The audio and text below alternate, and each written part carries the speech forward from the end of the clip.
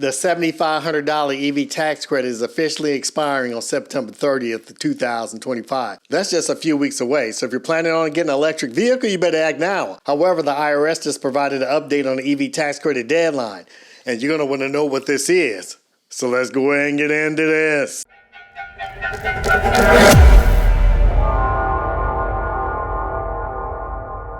Hello everyone, welcome back to my channel. Hope you're having a great day today. And if you haven't already, please take a moment to go ahead and hit that like and subscribe button. It really helps the YouTube algorithm push this information out to those that need it. And I'm sure a lot of people would like to know this information. So I'm going to take you to the IRS website and we're going to look at FAQs. And this is a modification of section 25C, D, 25E, 30C, 30D, 45L, and 45W. And this is all modified under the Big Beautiful Bill Act. And so I'm just going to go right here. And right here it says which energy credits and deductions are expiring under the Big Beautiful Bill. And right here, the ones we're concerned about, 25E, which is a previously owned electric vehicle credit. And that's going to end September 30th. And also 30D, which is a new clean vehicle credit. And that credit also is going to end on September 30th. And also 45W, which is a qualified commercial clean vehicle credit, also known as a leasing loophole, which a lot of people have been using this. And so what does this all mean? It says for the purpose of the expiring clean vehicle credits under sections 25E, 30D, and 45W, what does acquire mean? It says for the purposes of section 25E, 30D, and 45W, a vehicle is acquired as of the date a written binding contract is entered into and the payment has been made. A payment includes a nominal down payment or a vehicle trade-in. And so basically what they're saying is that this is not necessarily a hard cutoff if you didn't receive your vehicle by the end of September.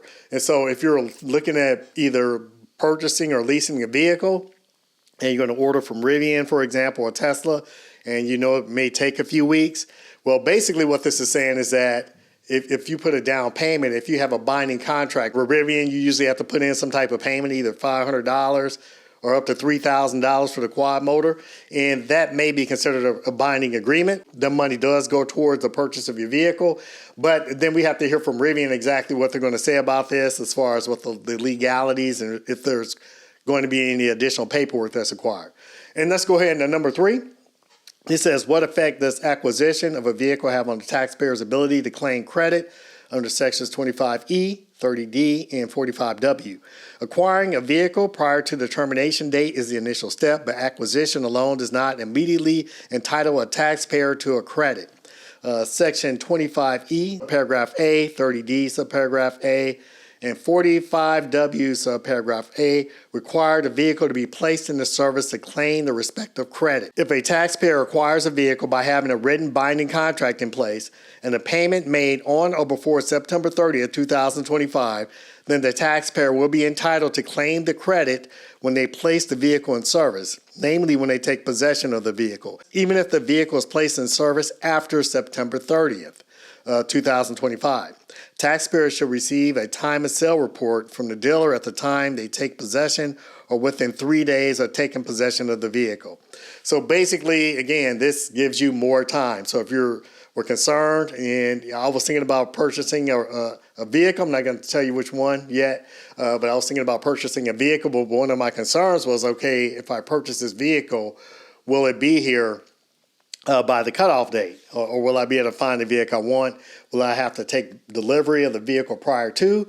But according to these FAQs just issued by the IRS a few days ago, no. As long as I make a down payment and I enter a binding agreement, I can take possession of the vehicle after September 30th and still qualify for the credit. And so what does this mean for you? So if you're purchasing a vehicle that qualifies for the tax credit and you put down a down payment, enter a binding agreement prior to September 30th, then you'll be able to write it off in your taxes. The same under section 45W, which is a qualified commercial clean vehicle credit, which is also the leasing loophole, or $7,500 that the dealer gets, and they usually will transfer it over to the customer. I did this with our Rivian R1T and got a pretty darn good lease deal.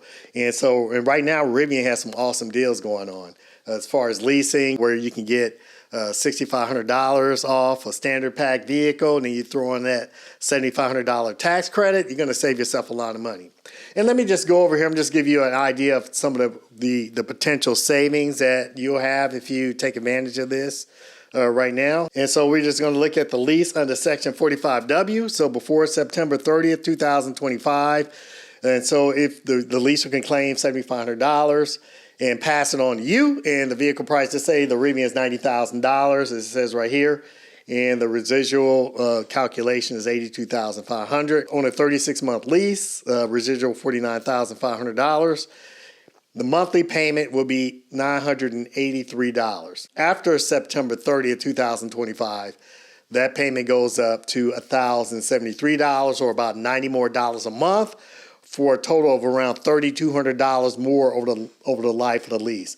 And so that's a significant saving. So, and this is something you probably definitely want to take advantage of. And I'm taking this advice for myself. I was not considering doing any type of vehicle purchases at this time, but we'll see what happens. And I'll let you all know in a few weeks, and as far as what my decision was. But yeah, definitely take advantage of this. And let me just go over to Rivian's website here. And we're just going to look at some of their lease deals real quick. And this is the R1 shop, and this is based on my zip code, but you can just go ahead and put your zip code in and see what type of vehicles are available. This is R1T. Let's go over to the R1S. I know that's one of the more popular vehicles.